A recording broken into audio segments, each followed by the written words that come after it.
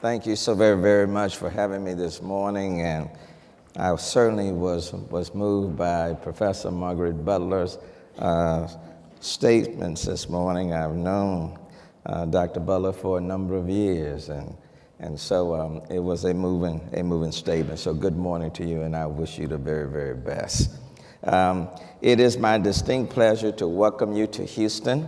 We are happy to have you and visiting our city, and I hope that up to this point you have thoroughly enjoyed yourselves.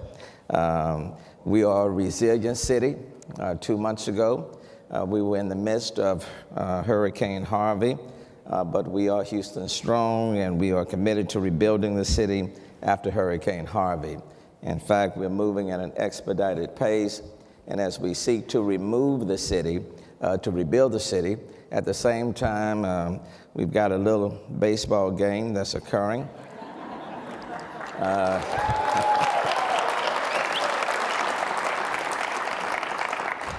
So please excuse my voice this morning. And I really wanted to be prepared to give you my best this morning. But last night, the television and I had a conversation, and my voice kind of raised, voice level went up several times, blood pressure went up, and all of that went up. But we won, and that's what is important. And so I've got my orange tie on today. This is Houston Astros, and then, of course, the Houston Dynamos, the soccer team, plays their first game in the playoffs this evening as well. Both are orange. So this is orange for the Astros and orange for the Dynamo soccer team. Over the past couple of decades, another storm has been sweeping our communities. It is a silent storm. It's called diabetes. In all of our communities, the diabetes epidemic has been growing. But it was not very visible. It was not an infectious disease like Zika or West Nile virus, which has received quite a bit of attention. The rapid growth of non-communicable diseases worldwide is a significant threat to public health and to our economies. The statistics should alarm everyone and spur all of us to do something. Globally, costs are projected to exceed $30 trillion over the next 2 decades. Currently, non-communicable diseases like diabetes, cardiovascular diseases, and cancer account for more than 2/3 of death globally, and here in the United States, they contribute to 7 out of 10 deaths. Approximately 84 million American adults, more than 1 out of 3, have pre-diabetes, and 9 out of 10 don't know that they have it. Pre-diabetes puts you at an increased risk of developing type 2 diabetes, heart disease, and stroke. I meet Houstonians every week who are impacted by diabetes. Diabetes affects all Houstonians, all families, all communities, our schools, our workplace, our places of worship, and ultimately it impacts our economy. There's hardly a person in our city who is not affected by diabetes. It doesn't matter whether you're rich or poor, whether you're highly educated or less educated, whether you're a professor or no professor at all, or whether or not you are a racial ethnic minority. We are all vulnerable to developing diabetes, period. But type 2 diabetes can be prevented. And as leaders who care about our cities, we owe it to our families, our friends, and neighbors to do all we can to help them avoid it. The research coming out of Cities Changing Diabetes, led by Houston's own Dr. Linder, with the UT School of Public Health, demonstrates that diabetes affects us all. We are too busy to exercise because we have too much to do and too little time. We are time poor. We don't make health our highest priority. We live in neighborhoods where exercise is not easy, or where we can't find the foods that support healthy eating. We have so-called food deserts in our city, leaving people sometimes with no options at all.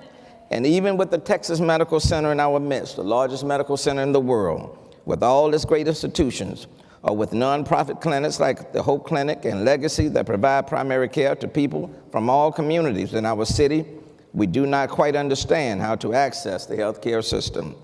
Even though some here today have healthcare systems, even though some here today have health insurance, that does not mean that we are taking good care of ourselves and prioritizing our health. That is why we are happy to be participating in the Cities Changing Diabetes. We are learning so much through different stakeholders being brought together, new solutions being brainstormed, and new partners to implement strategies. I want to thank Dr. Foreman with the Houston Health Department, who is spearheading this important movement for us. She understands that public health is at the center of health promotion and disease prevention, but cannot solve all the challenges our city faces by itself. It requires leadership from hospitals, clinics, employers, nonprofits, houses of faith, and quite frankly, people from all around the world.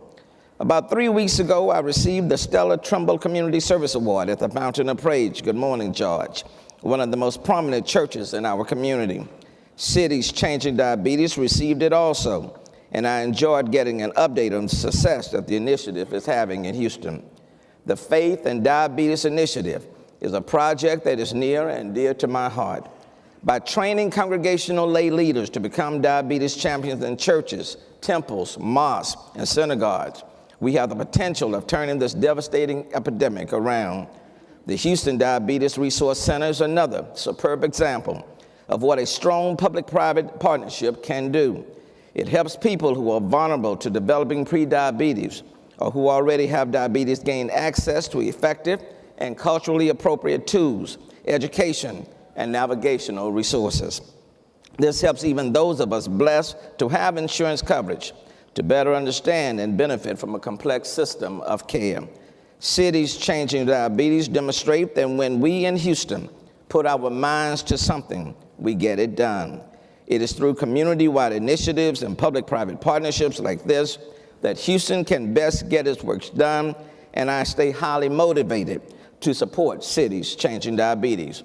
And lastly, we are hoping that Houston's journey with Cities Changing Diabetes can inspire us so that when you return home to your community, you have new ideas for tackling this important problem. Together, we can impact the health and future of our people by reducing the incidence of diabetes. Thank you to Nova Nordis for being the catalyst for this, and thank you for coming to Houston for this summit.